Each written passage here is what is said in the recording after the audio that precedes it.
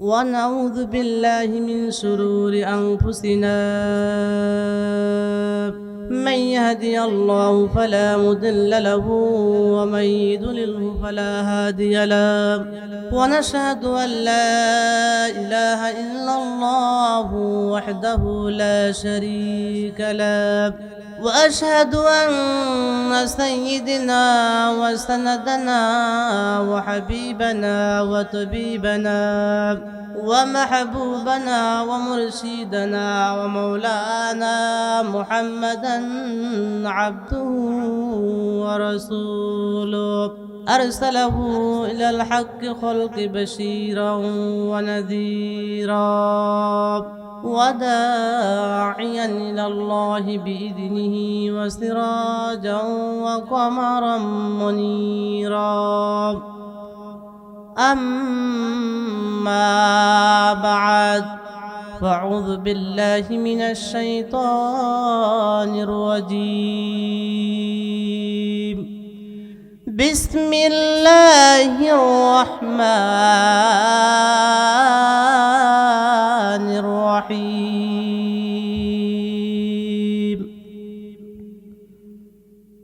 كل نفس ذائقة الموت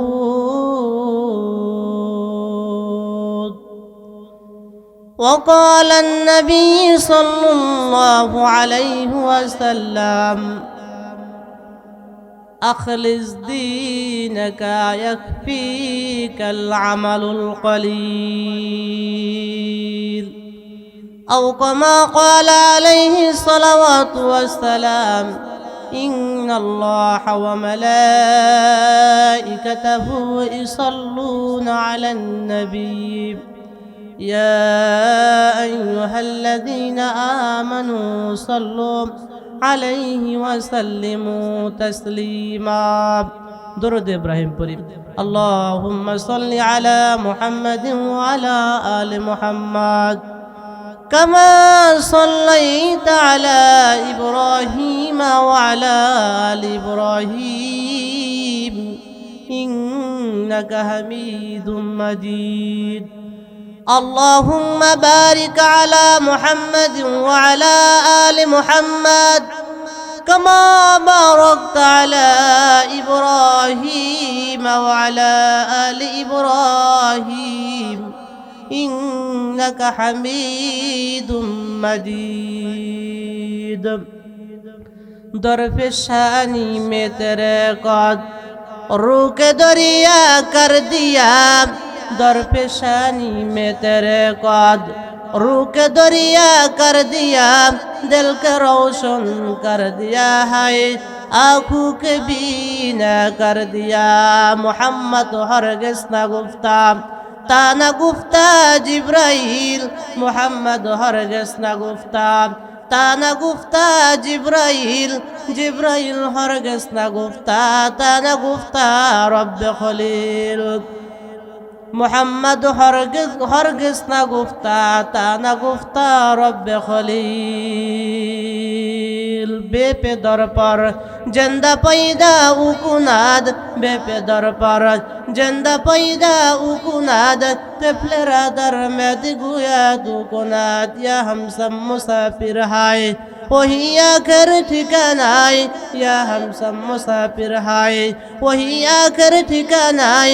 कोई आगे रवाना हाय कोई पीछे रवाना कोई आगे रवाना हाय कोई पीछे रवाना शुद्ध उज़ूदाश रहमतल लिल आलमीन शुद्ध उज़ूदाश रहमतल लिल आलमीन मस्जिद शुद्ध हमारू या ज़मीन रंग सुन्नत रंग इद्दा लेबुआद रंग सुन्नत रंग इद्दा लेबुआद सिबगतुल्लाहि नफ्स इद्दा लेबुआद अस्तगफिरुल्लाह मौलाना अज़ीम সুমাইয়া জান্নাতুল হাফিজিয়া কওমি মাদ্রাসার উদ্যোগে 2 দিন ব্যাপী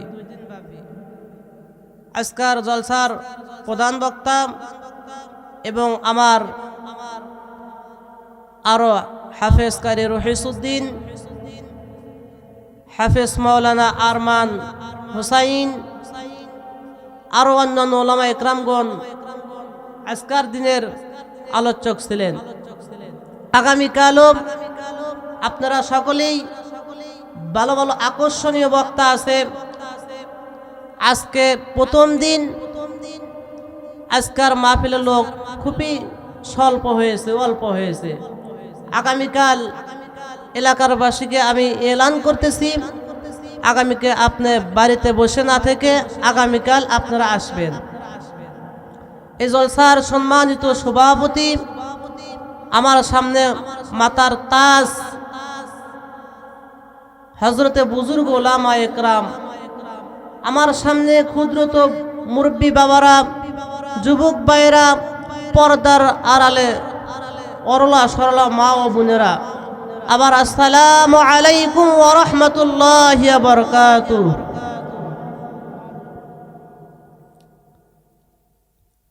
অল্প মানুষ কিন্তু কার ভিতরে বরকত আল্লাহ দিবেন। কে দিবেন? অল্প মানুষ, বেশি লাগে না। আল্লাহর কাছে মানুষ বেশি লাগে না, একটাই যথেষ্ট। একজন যদি একটা কথা শেখে, এটার কারণেই আপনার জন্য নাজাতের জরিয়া হয়ে যাবে। বলেন সুবহানাল্লাহ। একটা তাকবীর দিতে পারবেন না? আপনারা তো সবাই ঘুম পাইতে চান, অল্প মানুষ, একটু তাকবীর দিন ইনশাআল্লাহ। ওমরের মতন, সিংহর মতন তাকবীর দেন। নারায়ে তাকবীর, নারায়ে তাকবীর। আল কোরআনের আলো, আল হাদিসের আলো, ইসলামের শত্রুরা, ইসলামের শত্রুরা হুঁশিয়ার, সাবধান।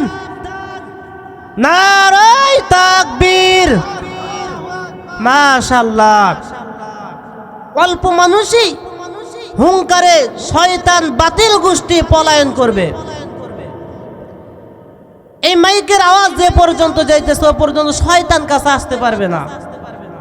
আপনারা নাম শুনেছেন হযরত ওমর ইবনে খাত্তাব রাদিয়াল্লাহু তাআলা আনহু, হযরত খলিফাতুল মুসলিমিন যে রাস্তা দিয়ে গেছেন, ওই রাস্তা দিয়ে 40 দিন পর্যন্ত শয়তান আসে নাই। কি আসে নাই? শয়তান আসে নাই। আল্লাহ পাক যখন কাফেরদের পক্ষে ছিল, ওই সময় কাফেরদের পক্ষে থেকেও বাঘ ছিল। যখন কাফের থেকে ত্যাগ করে মুহাম্মদুর রাসূলুল্লাহ সাল্লাল্লাহু আলাইহি ওয়াসাল্লামের সেই কোরআনের বাণী যখন সিনার ভিতরে ঢুকিয়েছে, ঢোকানোর সাথে সাথে আল্লাহ পাক বাতিলকে দূর করে দিয়ে আল্লাহ পাক রব্বে কারীম তার ভিতরে কোরআন বসিয়ে দিয়ে ইসলামের ভিতরে হযরত ওমর বাঘ ছিলেন। বলেন সুবহানাল্লাহ। আমি আপনাদের সামনে কোরআনুল কারীম থেকে সুপরিচিত আয়াত তেলাওয়াত করেছি, কিঞ্চিত পরিমাণ আমি আলোকপাত করব। আল্লাহ পাক রব্বে কারীম বললেন, কুল্লু নাফসিন যায়কাতুল মাউত। এই দোয়াটা কখন পড়ে? যখন মানুষ মারা যায়, যখন জানাজারে শরীক হয়ে যান, ওই সময় এই দোয়াটা ইমাম সাহেবেরা বলে যে কুল্লু নাফসিন যায়কাতুল মাউত সুম্মা ইলাইনা তুরজাউন। প্রত্যেক মৃত্যুর, সবার একদিন মৃত্যুর পান এবং আস্বাদন করতেই হবে। আল্লাহ পাক রব্বে কারীম এর উপর কিঞ্চিত পরিমাণ আলোকপাত করব। আর আমার নিয়াত খাঁটি থাকতে হবে। আমি এক কথা বলি না কেন, কিন্তু কোটায় যদি আপনি বাড়িতে নিয়ে যান, ওটার উপর আমল করেন, একটাই যথেষ্ট, বেশি লাগবে না। এটার কারণে আল্লাহ পাক নাজাতের জরিয়া বানিয়ে দেন। সুবহানাল্লাহ। আল্লাহ রাসূল বললেন, আখলিস দীনাকা ইয়াকফিকাল আমালুল কলিল, যে অল্প আমলই নাজাতের জন্য যথেষ্ট হইবে। বলেন সুবহানাল্লাহ। এটা কি মাস? রজব মাস না? আল্লাহুম্মা বারিক লানা ফি রজব শাবান ওয়া বাল্লিগুনা রমাজান। ইয়া আল্লাহ, হে আমার বান্দা, রাসূল বললেন, হে আমার উম্মতেরা, তোমরা কি করো? তোমরা রজব এবং শাবান মাসে এই দোয়া তেলাওয়াত করো। এই দোয়া পড়া সুন্নত। আর এই দোয়া যে ব্যক্তি তেলাওয়াত করবে, আল্লাহ পাক রমজান পর্যন্ত তার হায়াত বেড়ে দিবে।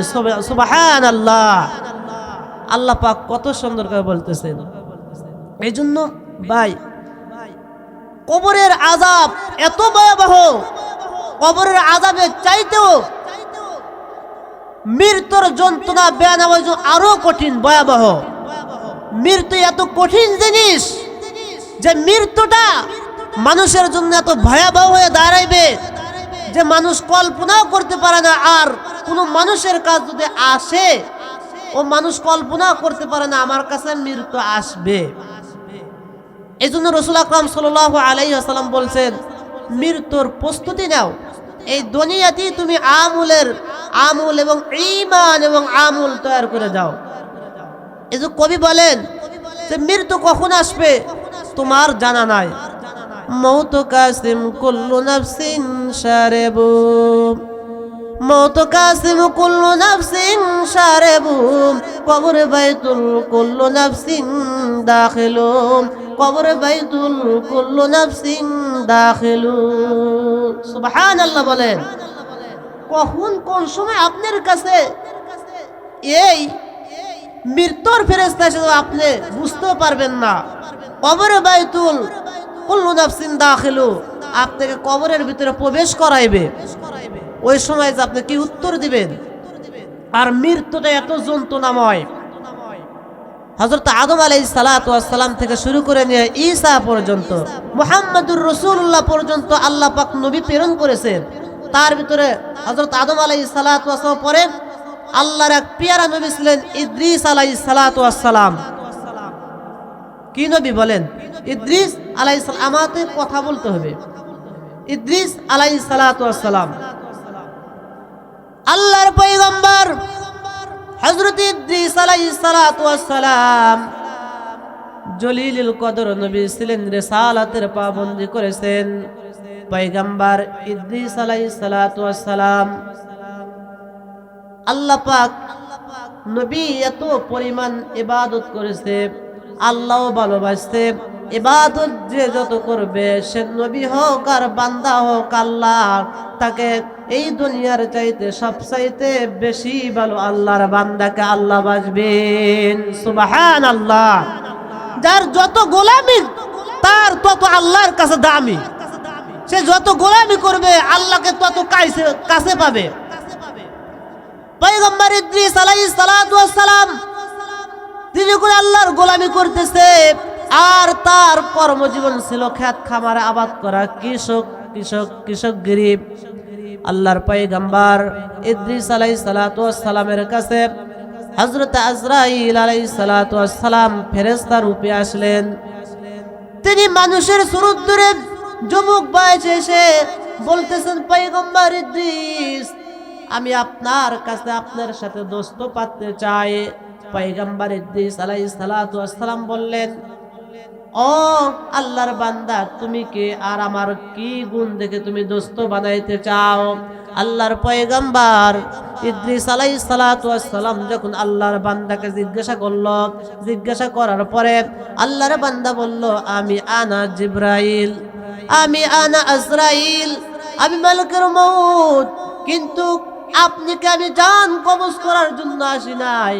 আমি শুধুমাত্র কেবলমাত্র এসেছি আপনি আল্লাহর সাথে সম্পর্ক বেশি, আল্লাহকে রেজাবন্দি করেছেন, আল্লাহর গোলামি বেশি করেছেন, আল্লাহ আপনাকে ভালোবাসে, এই জন্য আমিও আপনার সাথে দোস্ত বানাতে চাই। বলেন সুবহানাল্লাহ। আমি আপনার সাথে দোস্ত বানাতে চাই। কথা বুঝে আসতেছে? দুইজন হন, কোনো সমস্যা নাই। আল্লাহ এর উপরে আল্লাহর রহমত বরকত নাজিল করবে। এটাই আমাদের জান্নাতের সার্টিফিকেট হইবে। আমার মন বলে, বলেন সুবহানাল্লাহ। আল্লাহর পয়গম্বর ইদ্রিস আলাইহিস সালাতু ওয়াস সালাম তিনি বললেন, ভাই আজরাইল, আপনি তো মানুষের জান কবজ করেন, কিন্তু আমি আপনার সাথে দোস্ত পাতবো না। কখন কোন সময় আমার উপর দাবা মারবেন, থাওয়া মারবেন, আমি আপনার সাথে দোস্ত পাততে চাই না। আল্লাহর পয়গম্বর ইদ্রিস আলাইহিস সালাতু ওয়াস সালাম যখন এই কথাগুলো বলল, আজরাইল আলাইহিস সালাতু ওয়াস সালাম বলল, ভাই ইদ্রিস, আল্লাহর হুকুম না পড়া পর্যন্ত, হুকুম না দেওয়া পর্যন্ত আমি কোন মানুষের একটা পিপিলিকা পর্যন্ত জান কবজ করার ক্ষমতা আমার নাই। সুবহানাল্লাহ। ক্ষমতা আছে বলেন? আল্লাহ যে পর্যন্ত না বলবো পর্যন্ত জিব্রাইল আজরাইলের ক্ষমতা নাই একটা পিপিলিকাকে জান কবজ করা। পয়গম্বর ইদ্রিস আলাইহিস সালাতু ওয়াস সালাম তিনি কি বলল, ভাই তোমার সাথে দোস্ত পাততে চাই, কিন্তু আজরাইল আমার একটা তোমার কাছে শর্ত আছে। কি শর্ত? আমি দুনিয়াতে তুমি কত মানুষের জান তুমি কবজ করো, কিন্তু আমি আমার মনে আশা তুমি আমাকে জান কবজ করবে, করার পরে কিছুক্ষণ পরে আবার আমাকে জান ফিরিয়ে দিবে।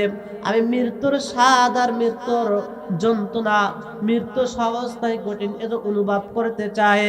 হযরতে আজরাইল আলাইহিস সালাতু ওয়াস সালাম বললেন, দোস্ত ও আমার বন্ধু, আমার হিনে কথা না, আমি আল্লাহর থেকে পারমিশন নিয়ে আসি। সুবহানাল্লাহ। আল্লাহর পয়গম্বর ইদ্রিস আলাইহিস সালাতু ওয়াস সালাম এই কথা বলার সাথে সাথে হযরত আজরাইল পারমিশন নিতে আল্লাহর কাছে চলে গেলেন।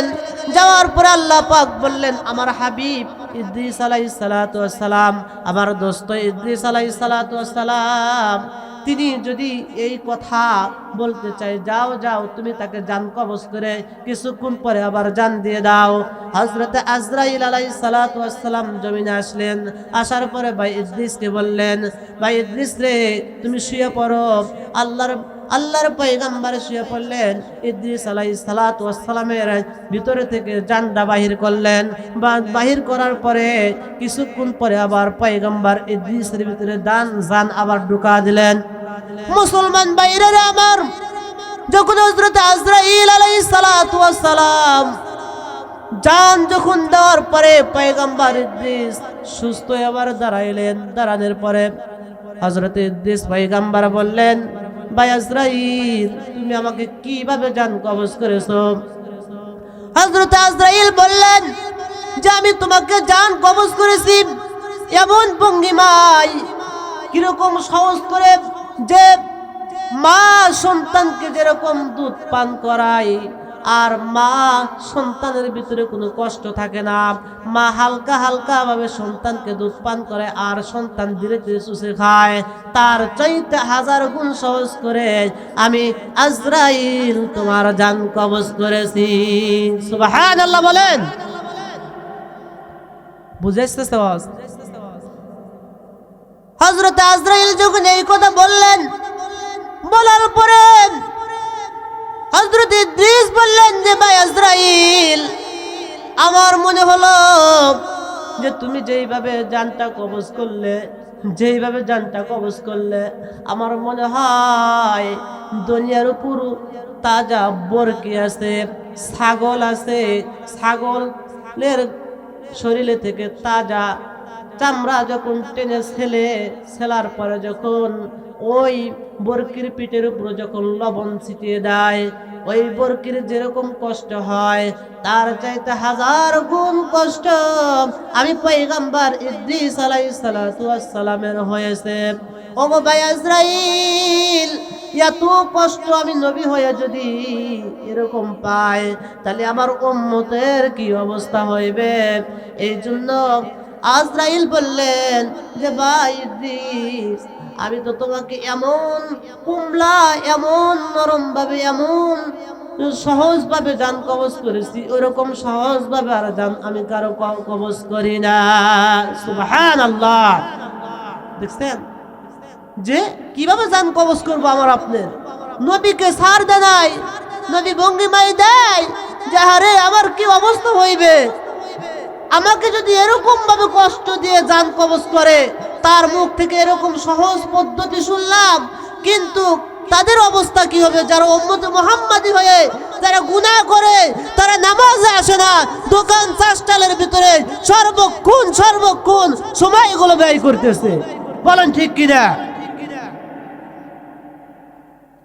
এই জন্য দেখেন আমার আপনার জন্য এটা তা মৃত্যুর যন্ত্রণা গেলে যে হযরতে আজরাইল আলাইহিস সালাতু ওয়াস সালাম, আল্লাহ পাক বলছেন আজরাইল যা মুসা আলাইহিস সালাতু ওয়াস সালাম জানটা কবজ করে নিয়ে এসো।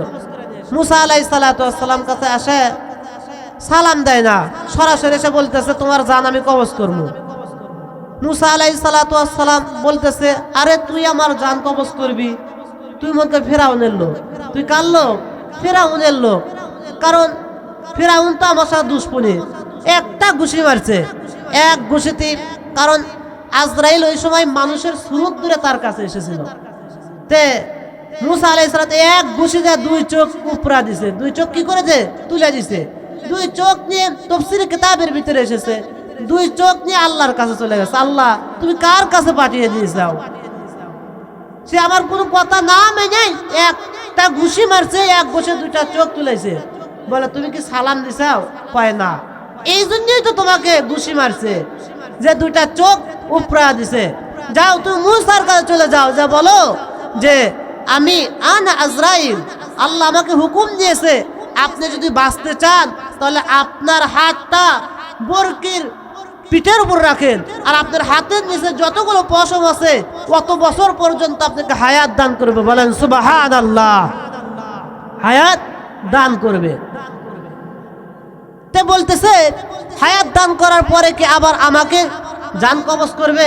কয় হ্যাঁ, হায়াতের ওই পশমের মুদ্রা অত পশমের সময় পার হয়ে গেলে আবার তোমাকে জান কবজ করবে। কয় না, আর দেরি করা যাবে না, তুমি আমাকে এখনই জান নিয়ে যাও। বলেন সুবহানাল্লাহ।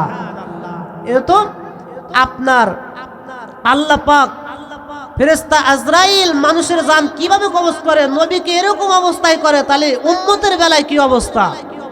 শুধু তাই নয়, কবরের আযাব, কুল্লু নাফসিন যায়কাতুল মাউত, প্রত্যেক প্রাণীর মৃত্যুর স্বাদ গ্রহণ করতে হবে। সুম্মা ইলাইনা তুরজাউন, আবার তাকে কবরের ভিতর থেকে তোলা হবে।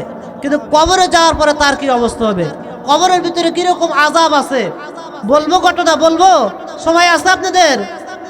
আমি দেখেন এই কেরানীগঞ্জ থেকে এসেছি, খুব কষ্ট করে এসেছি, এসে দেখি লোকজন নাই।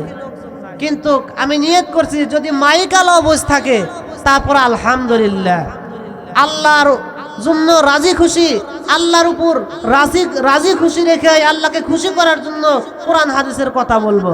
আর আপনারা আল্লাহকে খুশি করার জন্য আল্লাহর উপর রাজি হয়ে আপনারা আল্লাহর জন্য চবন করবেন। বলেন সুবহানাল্লাহ।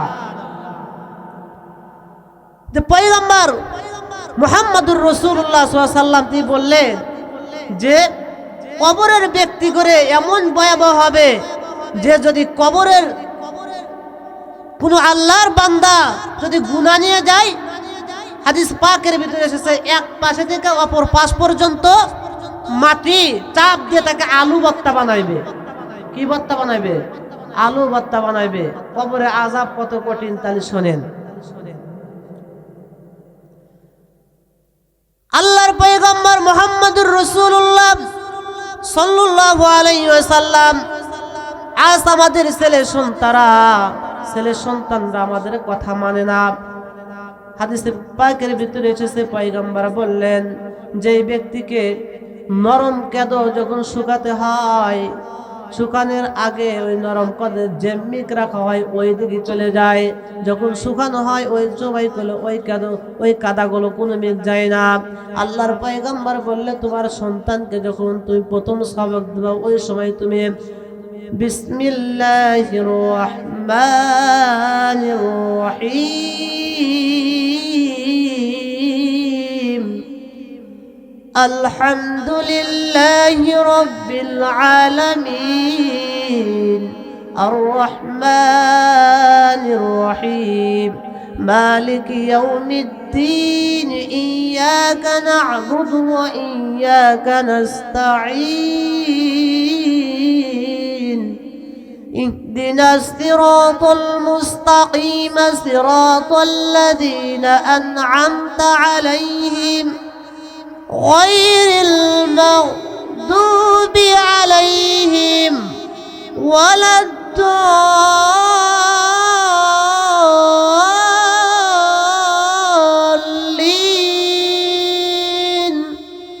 آمين। আল্লাহু আকবার বলেন। তোমার সন্তান যখন বয়স হইবে, যখন কথা বলা শিখবে, সর্বপ্রথম তুমি এটা সবক দিয়ে দাও। পয়গম্বর আলাইহিস সালাতু ওয়াস সালাম বললেন যে এই সবক যখন দিবে তোমার সন্তান তোমার সাথে কখনো খারাপ আচরণ করবে না। কিতাবের ভিতরে এসেছে এক জমিদার আল্লাহর বান্দা, তিনি মানুষকে দান সদকা করে। কি করে? দান সদকা করে। দান সদকা করতেছে, হঠাৎ করে একটা ভিক্ষুক, পাশের গ্রামে বাড়ি, ওই আল্লাহর বান্দা ভিক্ষুক তার কাছে দান নিতে আসে।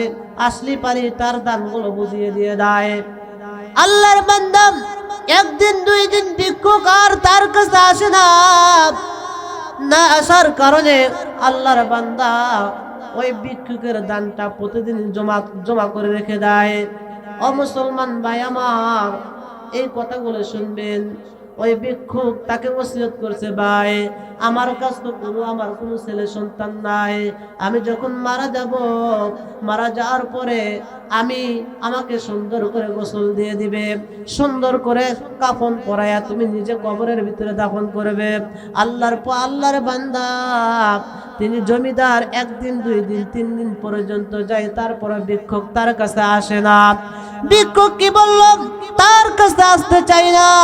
তিনি জমিদারি, তিনি ভিক্ষুকের বাড়িকে খোঁজ করতে করতে, তালাশ করতে করতে আল্লাহর বান্দার বাড়িতে যায়। যা দেখে এক ঝুপড়ির ভিতরে ভিক্ষুক অসুস্থ, কাতরাইতেছে, যন্ত্রণায় কাতরাইতেছে। ভিক্ষুককে বলল, বাবা তুমি কেন এতদিন যাও নাই? বলতেছে, আমি অসুস্থ, দেখো আমি তোমার যে উপটুকুন প্রতিদিন কারো, ওই উপটুকুন গুলো তোমার কাছে রেখে গেলাম। আল্লাহর বান্দা ভিক্ষুক তার হাতটা ধরল যে আমার পরিস্থিতি খুব একটা ভালো না, আমি যখন দুনিয়া থেকে বিদায় নিয়ে চলে যাব, যাওয়ার পরে যখন দুনিয়া থেকে মারা যাব, যাওয়ার পরে আমাকে গোসল সুন্দর করে দিবে। আমাকে তুমি কি করবে? গোসল করার পরে কাফন পরায়া তুমি নিজে কবরে নেমে কবর করবে, এটা তুমি ওয়াদা দিলা নাকি? আল্লাহর বান্দা জমিদার তার সমস্ত কথাই তিনি শুনলেন।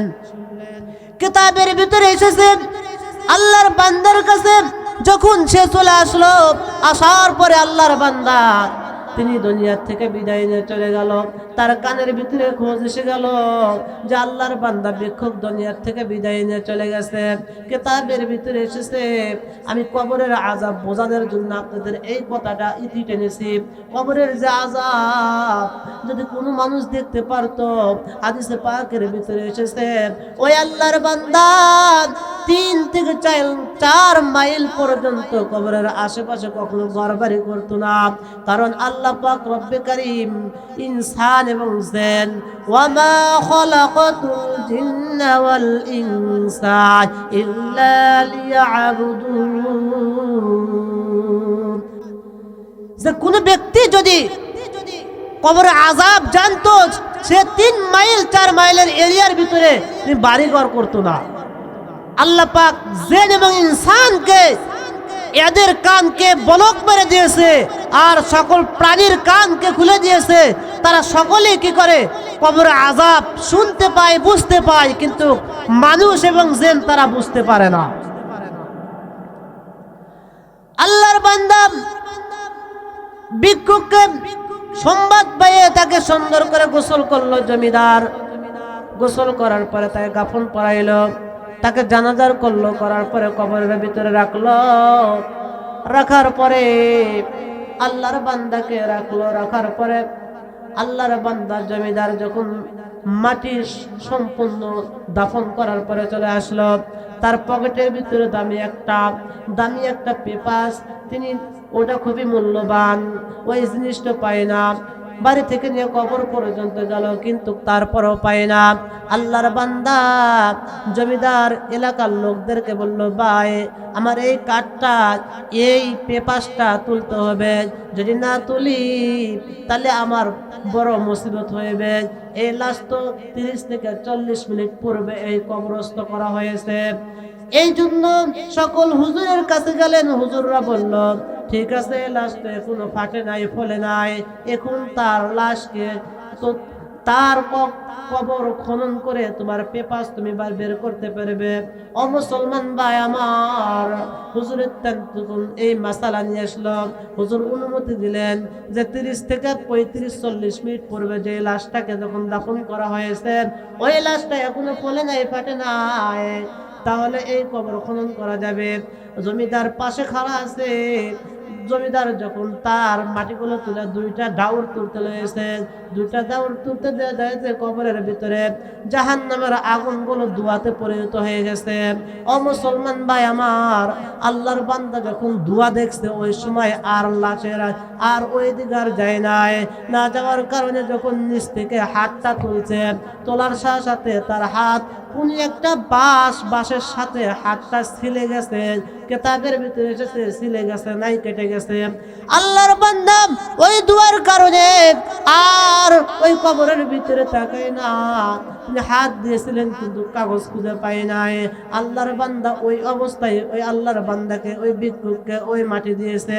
দেওয়ার পরে আল্লাহর বান্দা ওই হাতের যে অনুভূতি শক্তি দেখলাম, আল্লাহর বান্দা জমিদার তার হাত একটু ছিলে গেছে, কেরমি বেশি, তার হাতে এত যন্ত্রণা শুরু হয়ে গেছে, এত যন্ত্রণা শুরু হয়ে গেছে। বিদেশের ডাক্তার পর্যন্ত দেখায় হাতের কোনো রোগ ধরতে পারে না। হাত সর্বক্ষণকারী ব্যথা করে, স্লিপ পারে, ব্যথা করে। আল্লাহর বান্দা বিদেশে সব ডাক্তারের কাজ গেছে, কোন ডাক্তার কাম করতে পারে নাই, ফেল মেরে গেছে। প্রত্যেকটা ডাক্তার পরীক্ষা করেছে কিন্তু পরীক্ষাতে কোনো রিপোর্ট ধরা পড়ে নাই। আল্লাহর বান্দা জমিদার আলেমদের কাছে গেছে, আলেমদের পানি পড়া খাইছে, দোয়া নিয়েছে কিন্তু কোনো কাম হয় নাই। আল্লাহর বান্দা এক পর্যায়ে একটা আলেমের কাছে যাওয়ার পরে আলেম বলতেছে, তুমি যদি আর সমাধান নিতে পারো তাহলে যাও এই জামানার ভিতরে ওমর ইবনে আব্দুল আজিজ রাহমাতুল্লাহ, তিনি ইসলামের 5ম খলিফা বলা হয় যাকে, তার কাছে যাও, নিশ্চয়ই তিনি কোনো ফয়সালা দিতে পারে। বলেন সুবহানাল্লাহ, ফয়সালা দিতে পারে। আল্লাহর বান্দা জমিদার তিনি চলে গেছে ওমর ইবনে আব্দুল আজিজ রাহমাতুল্লাহর কাছে।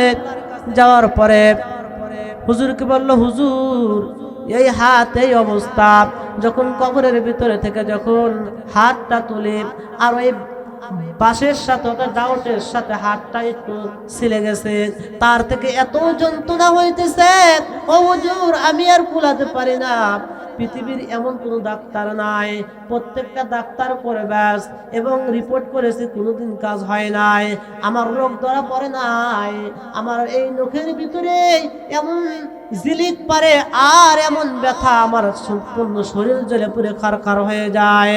হুজুর বললেন যে, ও আল্লাহর বান্দা জমিদার, দেখো তুমি যখন ওই কবরের ভিতরে যখন হাত ঢুকিয়েছিলাম, হাত ঢোকানোর কারণে আল্লাহ পাক কিছু জাহান্নামের ধোঁয়া দিছে তার ভিতরে।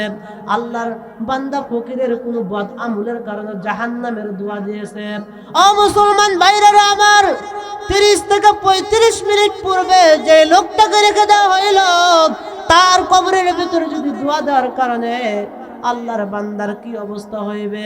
ওই দোয়াগুলো বাঁশের সাথে লাগছিল, আর বাঁশের সাথে লাগার কারণে তোমার হাতটা কেটে গেছে অথবা ছাল উঠে গেছে, ওটা তোমার ভিতরে প্রবেশ করেছে।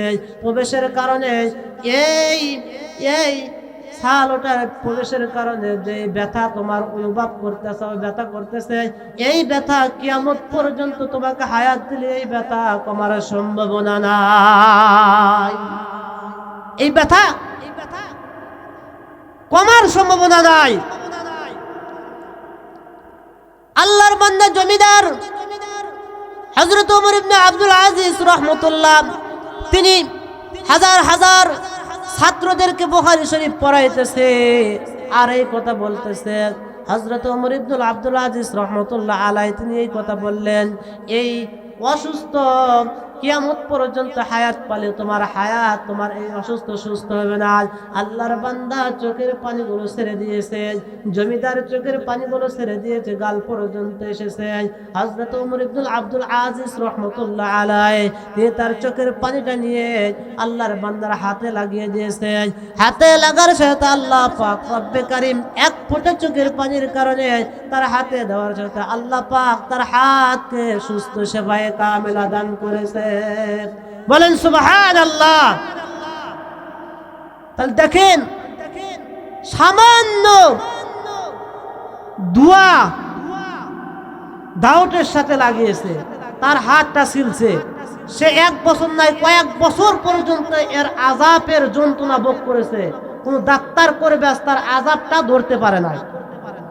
শুধু তাই নয়, কবরের আযাব ভয়াবহ, যে আমি আপনি যদি দেখি না, যদি দেখতাম নিশ্চয় হয়তো। আমরা দেখেন অনেক মানুষ যেই বাবা মা আমাদেরকে এত ছোট থেকে লালিত পালিত করে আমাদের মানুষ করেছে, যখন যুবক হয়ে যায়, বউ আমাদের সংসারে আসে, আসার পরে মা আর বাবাকে দেখতে পারি না।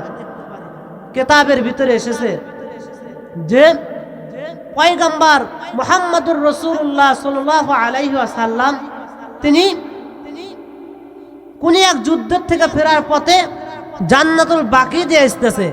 কথা কি বুঝতে চান? আর কিছুক্ষণ বলবো, আমি এত দূর থেকে আসি, দেখেন দোয়া করলে আল্লাহ কবুল করবো না বলেন?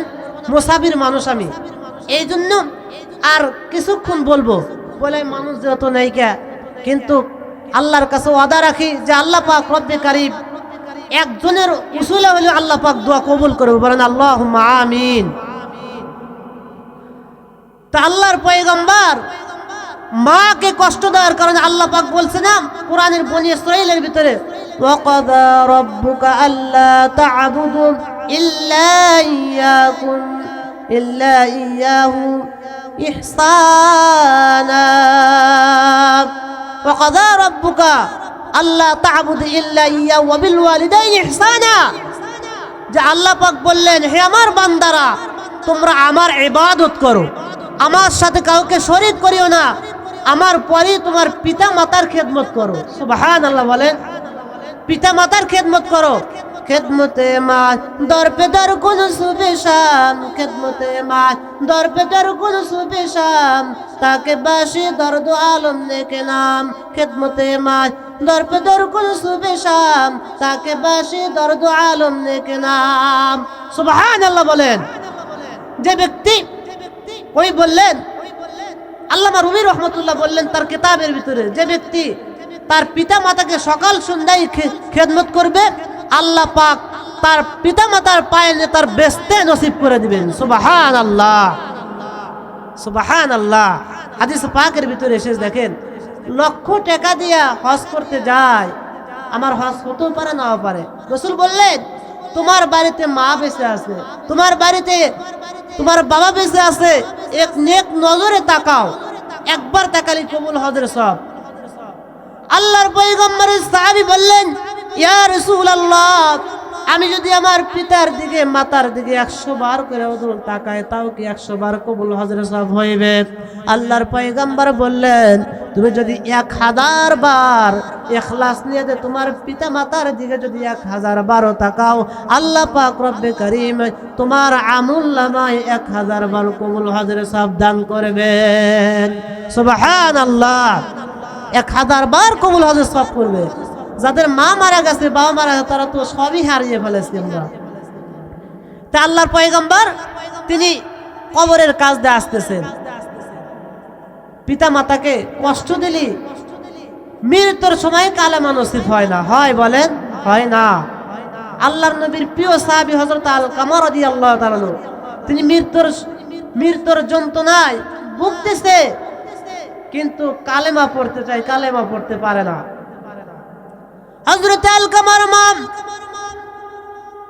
পয়গম্বর আলাইহিস সালাতু ওয়াস সালামকে ডাকলেন কোন এক মাধ্যমে রসুলের কাছে এই খবরটা পাঠাইলেন।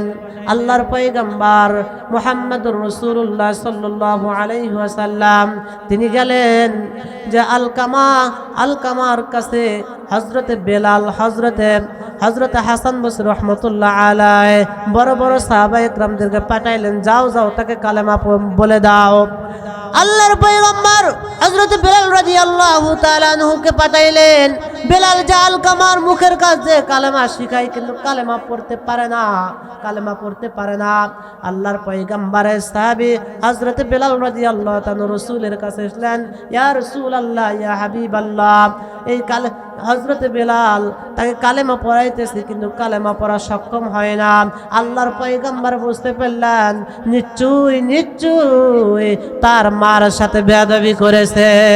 নাউযুবিল্লাহ বলেন, তার মার সাথে বেয়াদবি করেছে, এই জন্যই তিনি কি কালেমা পড়া সক্ষম হইতেছে না। আল্লাহর পয়গম্বর হযরত বেলালকে দিয়ে পাঠাইলেন, ও বেলাল, তুমি যাও তার মাকে ডেকে নিয়ে এসো। হযরত বেলাল রাদিয়াল্লাহু তার মাকে আরজ করলেন যে মা, তোমাকে আল্লাহর পয়গম্বর তোমাকে ডেকেছেন। হযরত মুহাম্মদুর রাসূলুল্লাহ সাল্লাল্লাহু আলাইহি ওয়াসাল্লামে যখন তাকে ডেকে পাঠাইছেন, তার মা হযরত বেলাল রাদিয়াল্লাহু তাআলার সাথে নাঠি বর দিয়ে হযরতে মুহাম্মদুর রাসূলুল্লাহর কাছে এসে, ইয়া রাসূলুল্লাহ, ইয়া হাবিবাল্লাহ, আপনি আমাকে ডেকেছেন নাকি? আল্লাহর পয়গম্বর বললেন, মা, আমি আপনাকে ডেকেছি, কিন্তু আপনার সন্তান হযরত আলকামা কেমন ছিল? হযরত আলকামা রাদিয়াল্লাহু তাআলা আনহু তিনি কেমন সন্তান ছিল? বলতেছে, আমার সন্তান খুব সুন্দর, তিনি আমল করছে সুন্দর, তিনি নামাজ কালাম হজ সব কিছুই ফাইন গোল্ডেন সব কিছুই করেছেন। আল্লাহর পয়গম্বর বললেন, ও মা, আপনার সাথে কেমন ব্যবহার করেছে? আল্লাহর পয়গম্বর যখন এই কথা বললেন, তার মা চোখের পানি ফালিয়ে বলতেছে, ও পয়গম্বর, আমার সাথে যেই আচরণটা করেছে আমি আমার সন্তানকে মাফ করে দিব না, আমার সন্তানকে মাফ করে দিব না।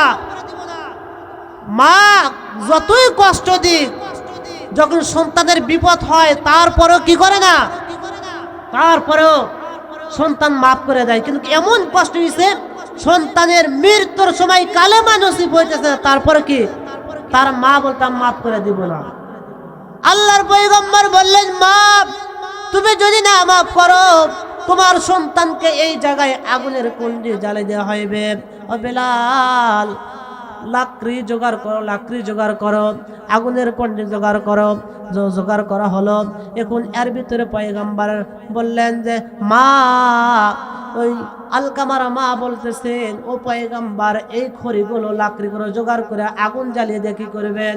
বলতেছে, আপনি যদি আপনার সন্তানকে না মাফ করেন, তাহলে আপনার সন্তানকে জীবিত অবস্থায় এই আগুনের ভিতরে ফেলে দেওয়া হইবে।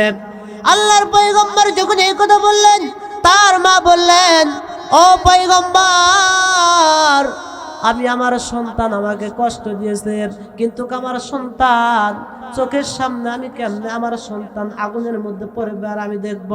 আল্লাহর পয়গম্বর বললেন, মা, তুমি যখন এখন এই আগুন দেখে তোমার সন্তানকে তুমি সহ্য করতে পারবে না, তাহলে যখন তোমার সন্তানকে যখন এই দুনিয়ার থেকে বেঈমান মারা যাইবে, ওই সময় তোমার সন্তান কবরের ভিতরে আযাব আর আযাবের ভিতরে ভোগ করবে, ওই সময় দেখার মতো কোনো মানুষ থাকবে না। আলকামার মা ওই সময় পয়গম্বরের কথা শুনে, আল্লাহর পয়গম্বরের কথা শোনার সাথে আলকামার মা কি করলো? আলকামার মা তাকে মাফ করে দিল। মাফ করে দেওয়া দেরি করে নাই, আল্লাহ পাক তার মুখ দিয়ে কালেমা পড়া দেরি হয় নাই, লা ইলাহা ইল্লাল্লাহু মুহাম্মাদুর রাসূলুল্লাহ। এই জন্য মা যে পর্যন্ত মাফ না করে, ও পর্যন্ত আমার কবরের ভিতরে কি শাস্তি হবে? যদি কোনো পিতা মাতাকে কোনো যুবক ভাই অথবা বৃদ্ধ মানুষরা যদি কষ্ট দিয়ে থাকেন, আজকে যে আমার মায়ের পা ধরবেন, বাপের পা ধরুন, আব্বা মা আমার ভুল হয়ে গেছে মাফ করে দেন। বাবা যখন মাফ করবে না, তাহলে আপনার কবরে আযাব বন্ধ হবে না। ও মুসলমান ভাইরা আমার, আল্লাহর পয়গম্বর জান্নাতের বাকির কাছ দিয়ে আসতেছিল। আসার পরে দেখেন একটা যুবক, কয়েকদিন পূর্বে যুবক এই কবরের ভিতরে দেখা যাইতেছে, কয়েকদিন পূর্বে মন কয় এক যুবককে মাটি দেওয়া হয়েছে। যুবকের কবরের ভিতরে তার দেহ থেকে নিয়ে মাথা পর্যন্ত জাহান্নামের আগুন দাও দাও করে জ্বলতেছে, আর মাজা থেকে নিয়ে পা পর্যন্ত বিষাক্ত সাপগুলো ঠকাইতেছে। আর যুবকটা কি বলতেছে? যুবকটা হাউমাউ করে চিৎকার পারতেছে, চিৎকার করতেছে। আল্লাহর পয়গম্বর এই দৃশ্য দেখে সকল সাহাবে একরামকে দাঁড় করে নিয়ে তিনি মুনাজাত করলেন, আমিন ধরলেন এবং আল্লাহর কাছে, আল্লাহ এই বান্দাকে তুমি মাফ করে দাও। যখন আল্লাহর পয়গম্বর দোয়া পড়তেছে, সাহাবা একরাম আমিন আমিন বলতেছে। একবার বললেন, একবার মুনাজাত করলেন, কাম হইল না। আল্লাহ দোয়া কবুল করলেন না। দ্বিতীয়বার দোয়া করলেন, তারপরে দোয়া কবুল করলেন না। তৃতীয়বার পর্যন্ত দোয়া করলেন, দোয়া কবুল হলেন না। আল্লাহ পাক আল্লাহর পয়গম্বর বললেন, ইয়া আল্লাহ, আমি নবী রহমাতুল লিল আলামিন, আমার দোয়া তো কখনো ফেরত দাও না। কিভাবে তুমি আমার দোয়া ফেরত দিলাও? কারণ আমি একে একে 3 বার পর্যন্ত দোয়া করলাম, আমার দোয়া তুমি গ্রহণযোগ্য করলা না কেন? কি দোষ করেছে? আল্লাহ পাক তাকে জিবরাইলের মাধ্যমে জানিয়ে দেয়, মুহাম্মদ হরগিজ না গুফতা, তা না গুফতা জিবরাইল, মুহাম্মদ হরগিজ না গুফতা, তা না গুফতা জিবরাইল হরগিজ না গুফতা, তা না গুফতা রব্বে খলিল। कदम सूए मरकत नजर सूए दुनिया, कदम सूए मरकत नजर सूए दुनिया, किधर जा रहा है किधर देखता है, किधर जा रहा है किधर देखता है। सुभान अल्लाह। যে বলতেছে, ও আল্লাহ, আমি এত বারবার তোমার কাছে দোয়া করি, নবী হয়ে সাহাবারা আমিন আমিন বলতেছে, তারপরেও কেন তুমি দোয়া কবুল করো না? আল্লাহ বলতেছে, ও পয়গম্বর, এই জায়গায় আপনি 1000 বছর দোয়া করলেও দোয়া কবুল হবে না। কারণ হকুল্লাহ, হকুল ইবাদত, হকুল্লাহ বান্দার হক, আর হকুল ইবাদত আমার হক। কার হক? আল্লাহর হক। হকুল্লাহ আর হকুল ইবাদত, হকুল্লাহ বান্দার হক, আর হকুল্লাহ ইবাদত আর ওটা আল্লাহর হক। এই জন্য ও পয়গম্বর, এই যুবককে তার মার সাথে খারাপ আচরণ করেছে, করার কারণে তার মা মনে কষ্ট পেয়েছে। কষ্ট পাওয়ার কারণে আমি আল্লাহ পাক রব্বে কারিম যুবকের কবরের ভিতরে আমি আযাব ঢেলে দিয়েছি। নাউযুবিল্লাহ বলেন। কি ঢেলে দিয়েছে? আযাব ঢেলে দিয়েছে। দেখেন, আযাব ঢেলে দিয়েছে। তাহলে কবর সবচাইতে ভয়ঙ্কর কবর। কবরের মধ্যে আমাকে এই রেশমি কাপড় দেবে বলেন? রেশমি কাপড় দিব না কলে? কবর এমন ঘর, দেখেন, যেতে হবে খালি হাতে, যেতে হবে খালি হাতে। সবাই বলেন, যেতে হবে খালি হাতে, সঙ্গে কেউ যাবে না। 3.5 হাত জায়গা পাবি না রে বিছানা, 3.5 হাত জায়গা পাবি না রে বিছানা। যেতে হবে খালি হাতে, যেতে হবে খালি হাতে, সঙ্গে কেউ যাবে না। 3.5 হাত জায়গা পাবি না রে বিছানা। আজকে তুমি যাদের লাগি শুধুই পাগল পারা, আজকে তুমি যাদের লাগি শুধুই পাগল পারা, একা একা যেতে হবে, একা একা যেতে হবে, কেউ যাবে না তারা। 3টি টুকরা সাদা কাপড়, 3টি টুকরা সাদা কাপড় আর কিছু তুই পাবি না। 3.5 হাত জায়গা পাবি, পাবি না রে বিছানা। 3.5 হাত জায়গা পাবি, পাবি না রে বিছানা। যেতে হবে খালি হাতে, যেতে হবে খালি হাতে, সঙ্গে কেউ যাবে না। 3.5 হাত জায়গা পাবি, পাবি না রে বিছানা। 2 দিনের ওই বাহাদুরি, 2 দিনের ওই বাহাদুরি, শুধুই বালুর বাদ। ফুরিয়ে গেলে বাতাসটুকু মিটবে রে তোর স্বাদ। 2 দিনের ওই বাহাদুরি, 2 দিনের ওই বাহাদুরি, মিটবে রে তোর স্বাদ। ফুরিয়ে গেলে বাতাসটুকু, ফুরিয়ে গেলে বাতাসটুকু, মিটবে রে তোর স্বাদ। মায়ার বাঁধন সারতে হইবে, মায়ার বাঁধন সারতে হইবে, সাদের ওই বালাখানা। যেতে হবে খালি হাতে, সঙ্গে কেউ যাবে না। বলেন ঠিক কিনা? এগুলো ছাড়া যাবে বলেন? যাদের জন্য আমি এত পরিশ্রম করতেছি, রাত নাই দিন নাই 24টা ঘন্টা আমার ছেলে সন্তানের জন্য আমি এত কষ্ট করতেছি, তারা আমার কাছে যাবে না, দুনিয়াতে আমার বিপক্ষ হয়ে যাবে। 4 বিহারের পালকি যেদিন, 4 বিহারের পালকি যেদিন আসবে রে তোর দরজায়। 4 বিহারের পালকি যেদিন আসবে রে তোর দরজায়। আপনজন আর বন্ধু বান্ধব কাঁদবে যারে যারে, আপনজন আর বন্ধু বান্ধব কাঁদবে যারে যারে। 4 বিহারের পালকি যেদিন আসবে রে তোর দরজায়। আপনজন আর বন্ধু বান্ধব কাঁদবে যারে যারে। নতুন দেশের যাত্রী রে তুই, নতুন দেশের যাত্রী রে তুই, সাজবি নতুন সাজনা। 3.5 হাত জায়গা পাবি, পাবি না রে বিছানা। 3.5 হাত জায়গা পাবি, পাবি না রে বিছানা। বলেন ঠিক কিনা? আর কিছুক্ষণ বলবো, কষ্ট হইতেছে, আর কয়েক মিনিট বলে শেষ করে দিব।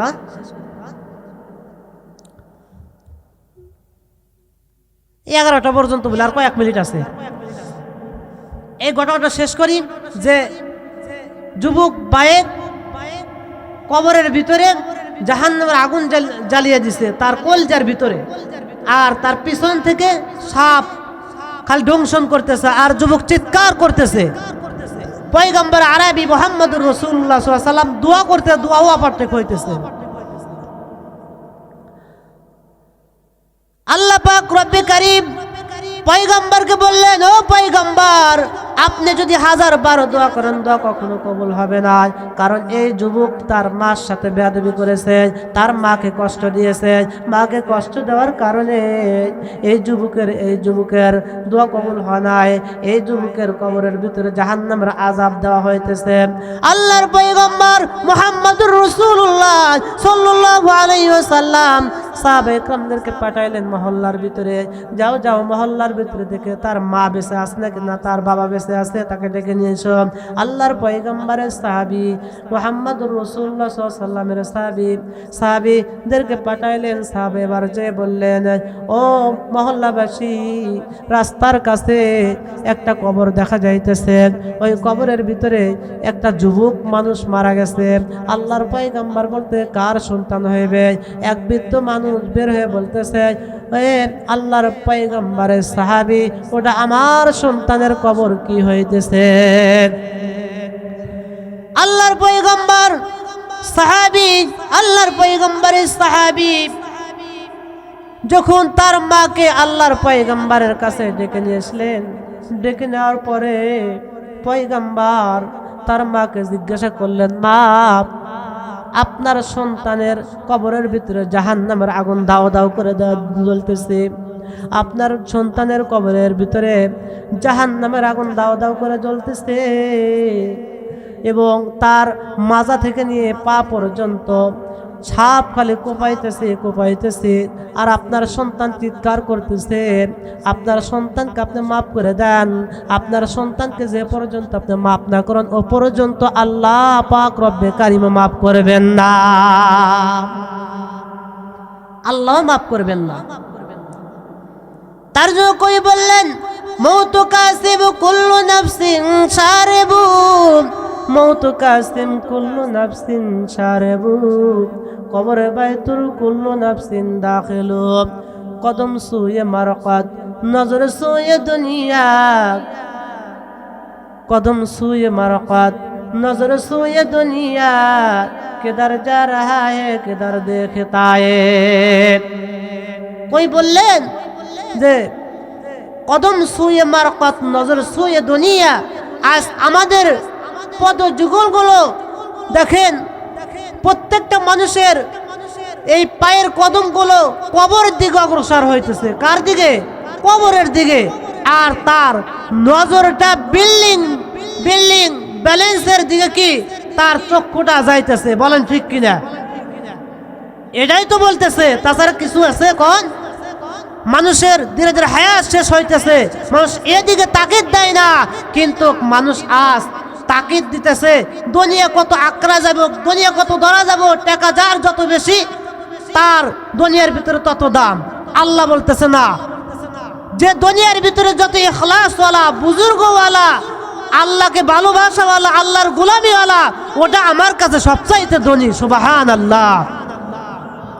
তে মা পয়গম্বর বললেন, মা তোমার সন্তানকে তুমি মাফ করো, যদি তোমার সন্তানকে মাফ না করো আমি নবী পর্যন্ত দোয়া ওভারটেক করে দিয়েছি।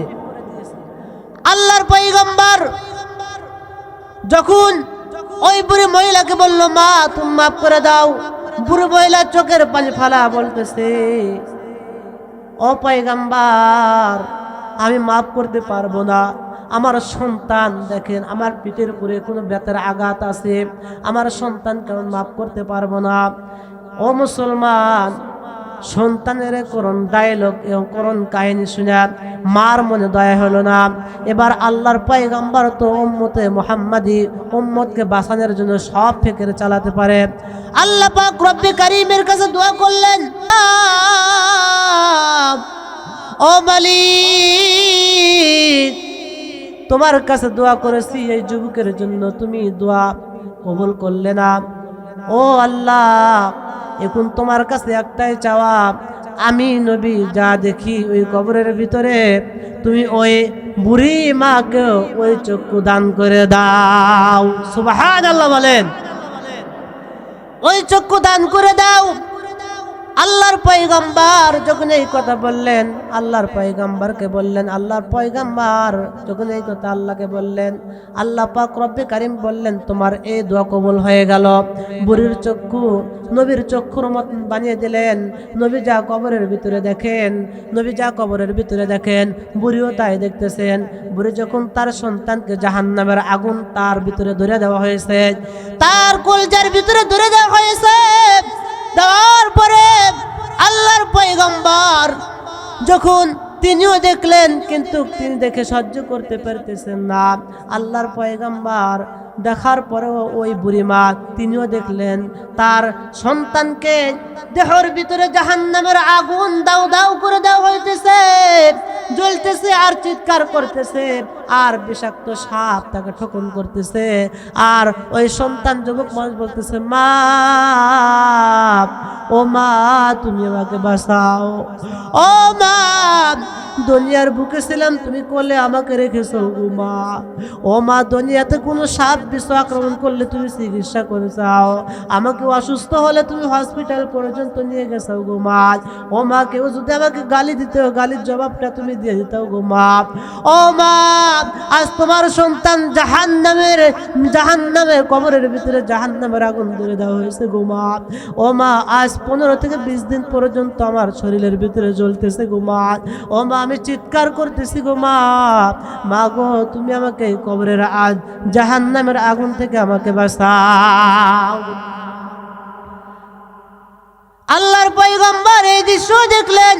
মা যখন এই দৃশ্য দেখার পরে সন্তান চিৎকার করতেছে, এই দৃশ্য যখন দেখলেন, দেখার পরে মা এই চিৎকার, সন্তানের চিৎকার শোনার পরে মা সেন্সার হয়ে পড়ে গেল কবরের পাশেই। মাকে যখন পানি জ্বালানো হলো, হওয়ার পরে মাকে বলল, মা মা তোমার কি হয়েছে? কোন পয়গম্বর, আপনি যা দেখেছেন আমি কি তাই দেখেছি? আমার সন্তান থেকে কলজার ভিতরে জাহান্নামের আগুন দেওয়া হয়েছে। ইন্না জাহান্নামা কানাত মিরসাদান লিত্তাগিনা মাআবা। জাহান্নামের আগুন কত শক্ত, কত ভয়ানক, যেই ব্যক্তি জাহান্নামের ভিতরে জ্বলতেছে সেটি জানে। ও মুসলমান, মা সেন্সার হয়ে পড়ে গেল। মা এই জাহান্নামের সন্তানের দেহের ভিতরে যখন জাহান্নামের আগুন ধরে দেওয়া হয়েছে, মা সন্তানের চিৎকার হয়ে সেন্সার হয়ে পড়ে গেল। মাকে পানি ঢেলে যখন সুস্থ করা হলো, মা বলল, পয়গম্বর আপনি সাক্ষী থাকেন, আমার সন্তানকে আমি আমার সন্তানকে মাফ করে দিলাম। সুবহানাল্লাহ বলেন। আমার সন্তানকে আমি মাফ করে দিলাম। আল্লাহ পাক রব্বে কারীম, আল্লাহর পয়গম্বর দেখতে পাইলেন মা যখন মাফ করেছে, আল্লাহ পাক রব্বে কারীম জাহান্নামের আগুন সেকেন্ডের মধ্যে সব আযাবগুলো দূর করে দিয়েছেন। সুবহানাল্লাহ। এইজন্য পয়গম্বর আলাইহিস সালাতু ওয়াস সালাম নিজের থেকে কোনো কথা বলে না। মা যে পর্যন্ত মাফ না করলো, অতক্ষণ পর্যন্ত সন্তান আযাবের ভিতরে গ্রেফতার ছিল। মা যখন মাফ করে দিলেন, আল্লাহ পাক আযাব উঠিয়ে নিয়ে গেলেন। যাওয়ার পরে সন্তান আযাব মুক্ত হইলেন। আর নবী আলাইহিস সালাতু ওয়াস সালাম যেটা দেখেন, আল্লাহর পক্ষ থেকেই দেখেন, তিনি নিজের থেকে কখনো কোনো কিছু বলে না, বানায়া বলে না। কারণ কবি তো বলেছেন যে মোহাম্মদ হরগেস না গুফতা, তা না গুফতা জিব্রাইল। মোহাম্মদ হরগেস না গুফতা, তা না গুফতা জিব্রাইল। জিব্রাইল হরগেস না গুফতা, তা না গুফতা রব্বে জলিল। আকে লুৎফে খৈশরা ইজহার কার, আকে লুৎফে খৈশরা ইজহার কার। বা খলিল আসনারে রাগুল জার কাদ। রঙ্গে সুন্নতায় রঙ্গে ইদ্দালে বুয়াদ, রঙ্গে সুন্নতায় রঙ্গে ইদ্দালে বুয়াদ। সিবগাতুল্লাহি নাফসু ইদ্দালে বুয়াদ। সুবহানাল্লাহ বলেন।